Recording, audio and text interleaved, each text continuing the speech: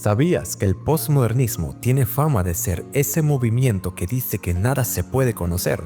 Sí, como si todo fuera relativo y la verdad no existiera.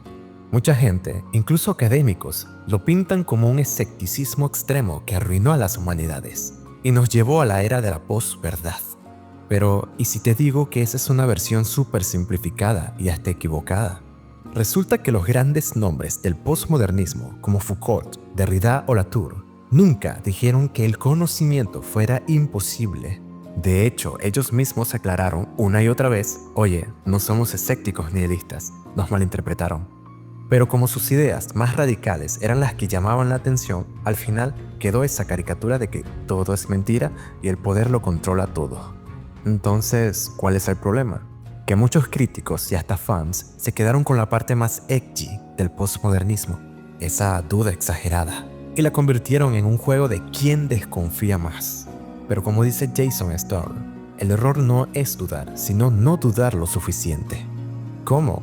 Pues cuestionando hasta el propio escepticismo, porque al final, obsesionarse con la certeza absoluta es igual de dogmático que creer en verdades incuestionables. La propuesta es cambiar el chip. En vez de buscar fundamentos irrefutables, como en la ciencia clásica o la filosofía tradicional, aceptar un conocimiento humilde, al que llamaremos ceteticismo, que funcione sin seguridades absolutas. Y de paso, sugiriendo que las humanidades deberían usar más la abducción o inferencia a la mejor explicación, que es como resolver un misterio, no con pruebas perfectas, sino con la hipótesis que más sentido tenga en el contexto. En resumen, el posmodernismo no era tan todo vale como nos lo vendieron. El verdadero escepticismo no es negar todo, sino dudar hasta de la duda misma. Y si soltamos la obsesión por la certeza, podemos pensar mejor, incluso en tiempos de caos. ¿No les parece que esto le daría un giro interesante a los debates sobre fake news y crisis de la verdad en la era de la información?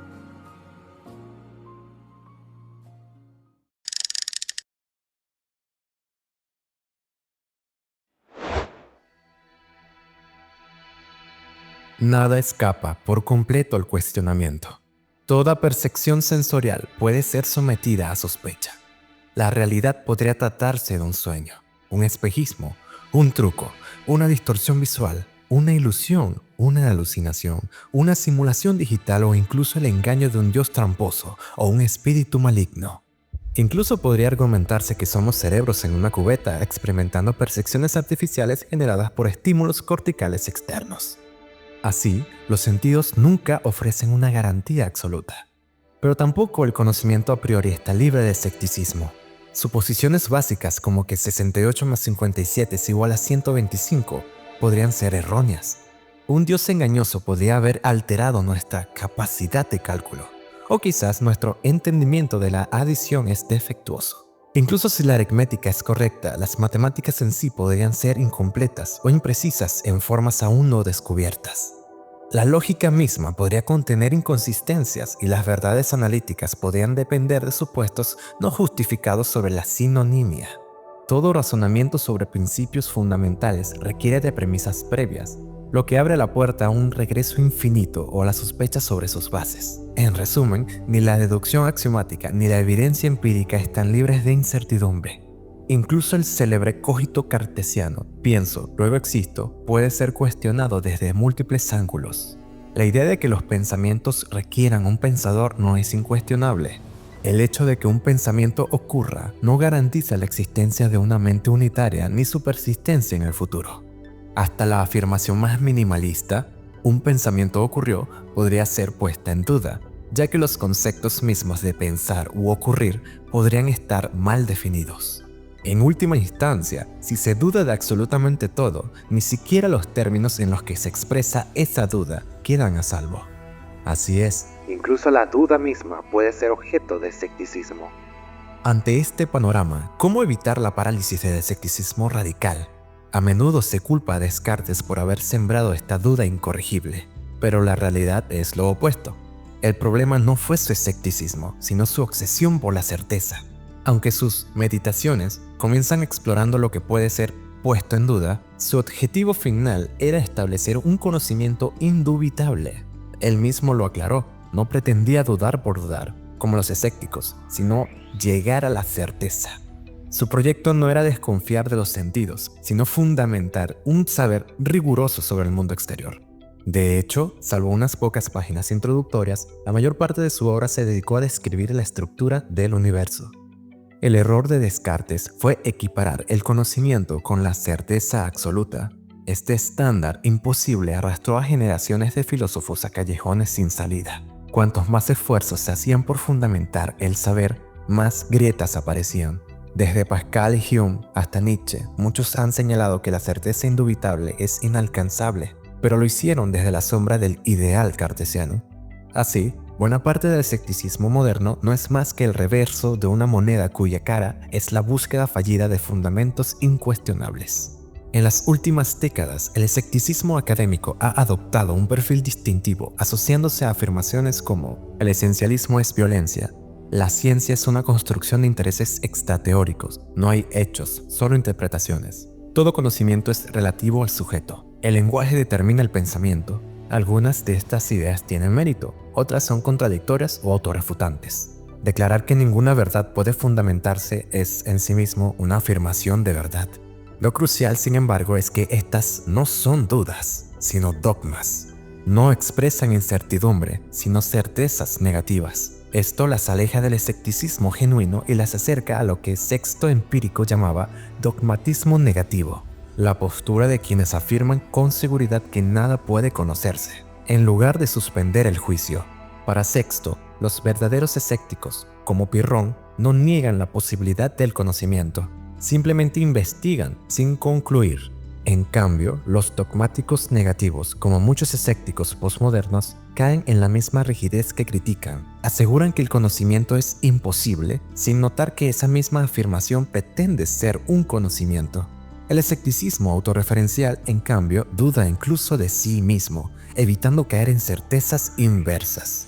Algunos enfoques posmodernos, como la hermenéutica de la sospecha o la genealogía, se presentan como métodos críticos, pero también pueden ser sometidos a su propio escrutinio. La hermenéutica de la sospecha busca develar agendas ocultas en los textos, pero a menudo recurre a fórmulas predecibles, denuncia racismo, sexismo, neoliberalismo, sin cuestionar sus propios presupuestos. Es realmente sospechosa si se repiten los mismos gestos retóricos. La genealogía, tal como la concibió Foucault, se inspira en Nietzsche, pero al hacerlo borra sus propias raíces. El término genealogía tenía connotaciones raciales y darwinianas que Foucault omitió, al tiempo que ocultaba su deuda con el estructuralismo. ¿Puede un método que niega los orígenes dar cuenta de su propio origen? Ante estos callejones sin salida, necesitamos una epistemología que evite tanto el dogmatismo positivista como el cinismo posmoderno. El pirronismo clásico, que buscaba la ataraxia, tranquilidad, mediante la suspensión perpetua del juicio, no es viable para la academia, donde se espera evaluar afirmaciones con rigor. Tampoco sirve el escepticismo selectivo de quienes dudan solo de las creencias ajenas, como los materialistas que rechazan sin examen todo lo que desafíe su visión. Propongo, en cambio, el ceteticismo, una actitud investigativa que busca conocimiento sin caer en certezas absolutas. El término, rescatado del griego cetéticos, indagador, describe a quien busca la verdad pero desconfía de la falsedad. Inspirado en parte por el filósofo Arne Naess, el cetetismo no es ni la certeza modernista ni la duda posmoderna, sino una vía metamoderna, un conocimiento humilde, consciente de sus límites pero comprometido con la indagación rigurosa. En lugar de preguntar ¿cómo podemos estar seguros? O declarar nada puede saberse, el ceteticismo pregunta ¿cómo podemos seguir buscando a pesar de la incertidumbre? Esa es la duda que vale la pena cultivar.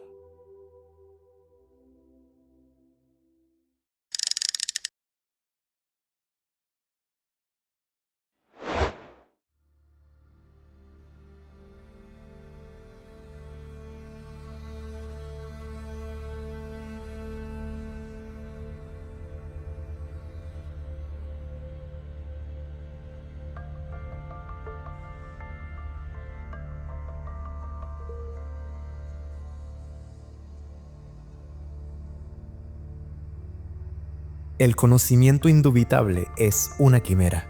Todo puede ser sometido a cuestionamiento, lo que nos obliga a aceptar la posibilidad de un saber incierto. Gran parte del escepticismo contemporáneo surge de vincular erróneamente el conocimiento con la certeza absoluta, un estándar epistemológico irreal. Podemos dudar de todo, incluso del escepticismo mismo, pero esto no implica que todas las posturas sean igualmente dudosas. Algunas están mejor fundamentadas que otras. La duda misma presupone la posibilidad de creencias verdaderas, pues solo tiene sentido hablar de ilusión si contrastamos con una realidad no ilusoria.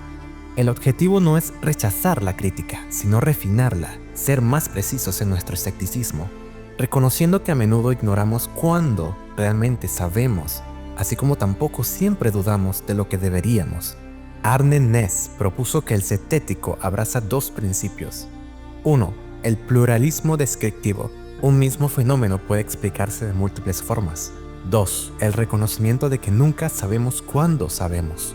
El cetético niega la posibilidad de un conocimiento absoluto, pero también rechaza la idea de que podamos identificar cuándo lo alcanzamos. Algunas de nuestras creencias son acertadas, otras erróneas, y en muchos casos no podemos distinguir unas de otras.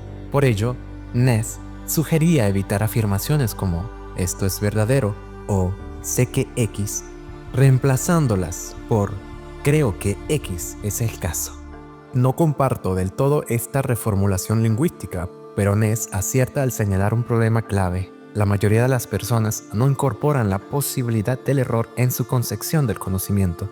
Como observó David Lewis, frases como «sé que hay un pino fuera de mi ventana, pero podría estar equivocado», resultan incómodas, lo que lo llevó a defender el infalibilismo, la idea de que solo podemos saber lo indudable. Sin embargo, incluso afirmaciones que Lewis consideraba infalibles podrían ser refutadas. El cetético, en cambio, acepta ese riesgo. Usa la palabra conocimiento para referirse a creencias provisionales, respaldadas por evidencias contingentes y contextuales. El ceteticismo no es indiferente ante la verdad, sino humildad epistemológica, reconocer que podemos estar equivocados, incluso cuando tenemos buenas razones para creer algo.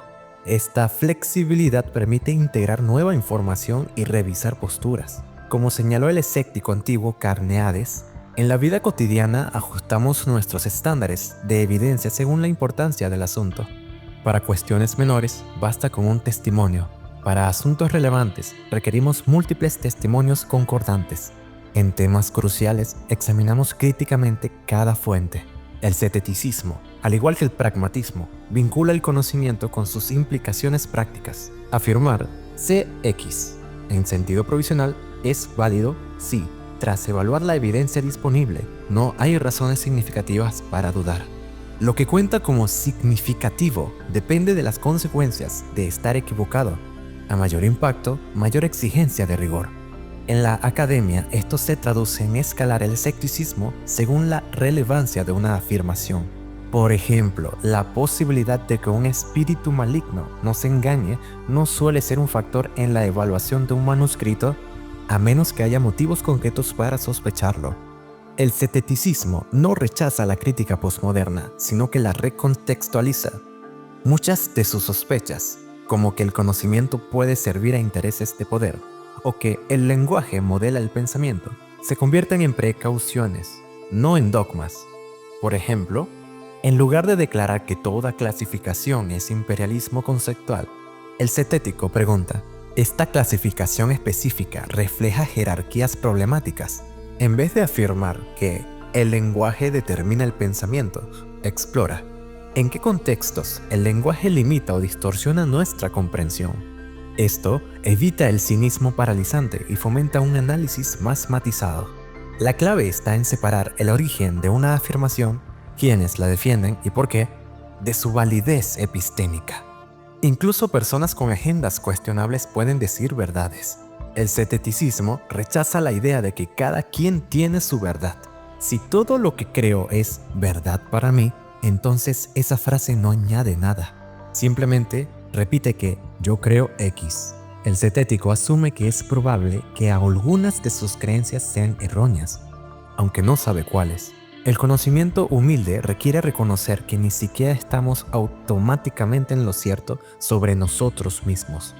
El relativismo contextual, sin embargo, es innegable. Afirmaciones como "la sal está a mi izquierda" dependen de mi posición en la mesa.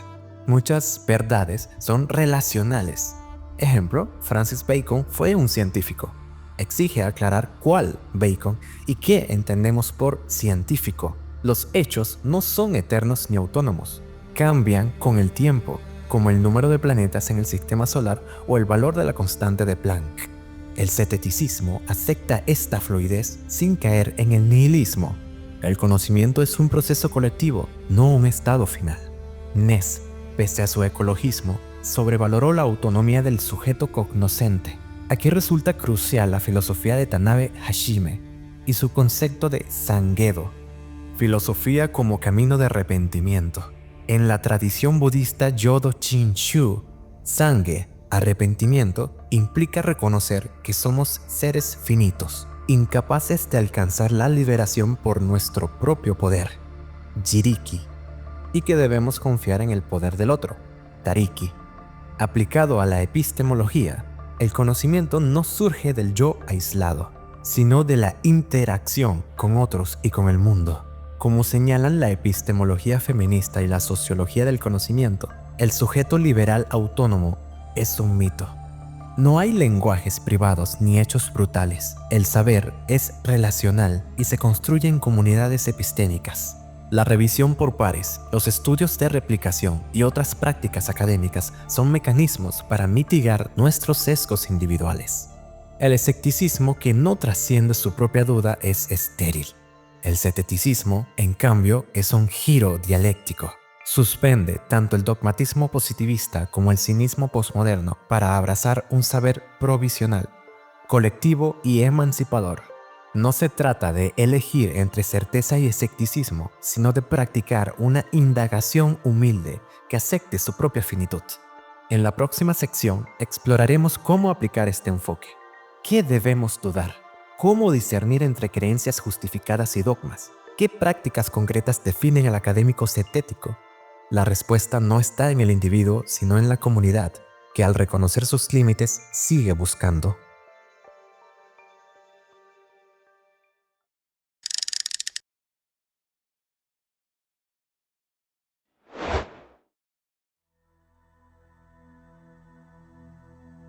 En las ciencias humanas somos expertos en detectar patrones. Analizamos cómo la religión aparece en otra obra de Langston Hughes. Rastreamos la figura del refugiado en la filosofía francesa de los años 30, o estudiamos cómo las enfermeras recogen pruebas forenses en hospitales de Baltimore. A veces incluso sacamos conclusiones grandes sobre secularización, imperialismo o descubrimientos científicos, basadas en lo que observamos. Pero ¿y si te digo que muchas de nuestras teorías académicas no son más que descripciones de patrones? Generalizar no es malo. De hecho, es necesario tanto en la investigación como en la vida diaria. El problema es que reconocer patrones no nos dice por qué existen ni dónde más podrían aplicarse. Era la visión de la religión en Hughes, algo único o común en su época. Cambió la idea del refugiado en los filósofos franceses una década después. Las prácticas de las enfermeras en Baltimore son iguales en otros lugares. Sin una teoría sólida que respalde nuestras generalizaciones, no sabemos si lo que decimos sobre secularización, ciencia o imperialismo realmente se aplica más allá de nuestros ejemplos concretos. Tradicionalmente, se pensaba que la ciencia avanzaba mediante dos tipos de razonamiento. 1. La deducción, que parte de premisas generales para llegar a conclusiones específicas, como en matemáticas. 2. Inducción, generaliza a partir de casos particulares. Ejemplo, todos los cuervos que he visto son negros. Por ende, todos los cuervos son negros. Pero la inducción tiene un gran defecto. No distingue entre generalizaciones buenas y malas. Imagina a un hombre que cae de un rascacielos y, al pasar cada piso, piensa, ¿hasta aquí todo bien? Obviamente, sobrevivir 49 pisos no garantiza que el piso 50 sea seguro. Igual pasa en la investigación. Observar muchos gatos blancos no prueba que todos los gatos lo sean. La inducción no explica por qué los patrones existen. ni cómo predecirlos. Solo repite lo que ya vimos, sin garantizar que funcione en el futuro. Aquí es donde entra la abducción, o inferencia a la mejor explicación. Es el método que usan los detectives. Primero ven pistas, un cuchillo ensangrentado, un cadáver, para después proponer una hipótesis. El dueño de las huellas es el asesino. Finalmente descartan alternativas. Habían otros sospechosos. Este razonamiento es ampliativo. Va más allá de los datos, buscando causas. Por ejemplo, los estudios bíblicos usaron abducción para proponer la existencia de la fuente Q, un texto perdido que explicaría similitudes entre los evangelios. Nadie la ha visto, pero es la mejor explicación para la evidencia. Usar la abducción nos da muchas ventajas. Nos permite hablar de cosas no observables, como agujeros negros o actitudes sexistas. Gana fuerza al descartar alternativas. Si solo 2 personas podían matar a Frankie y una tiene coartada, la otra es más sospechosa. Combina evidencias débiles. Si algo parece, suena y actúa como un pato, probablemente sea un pato. El ceteticismo mejora la abducción al admitir pluralismo. La mejor explicación depende del contexto. Un ingeniero y un bombero pueden tener distintas prioridades al investigar un incendio. Al ser transparente, si elegimos una teoría por razones éticas, ejemplo, esta ayuda más a la sociedad, debemos decirlo claramente. Y al evitar prejuicios, amplía el rango de hipótesis consideradas, incluyendo voces marginadas, lo que fortalece las conclusiones. Además, la abducción resuelve el problema de la inducción. Las buenas generalizaciones no son solo muestras repetidas, sino aquellas con una historia causal detrás. Por ejemplo, los cuervos son negros por su genética, no por coincidencia. Así, la inducción pasa a ser un caso especial de abducción. Mientras la abducción va de observaciones a hipótesis, la predicción va de hipótesis a observaciones futuras. Por ejemplo, una abducción sería: Urano se mueve raro. La hipótesis es que debe de haber un planeta desconocido, Neptuno, para lo cual se puede hacer una predicción. Si Neptuno existe, debería verse en X coordenadas. Ambas se retroalimentan.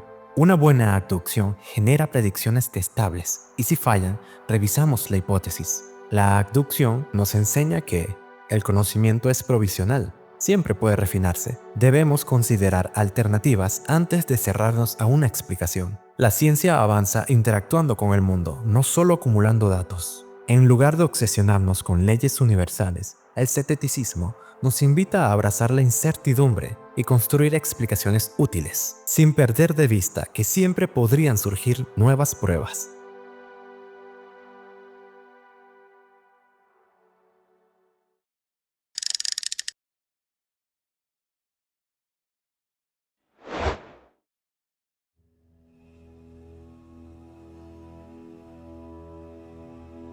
Los movimientos escépticos posmodernos nacieron con una promesa seductora.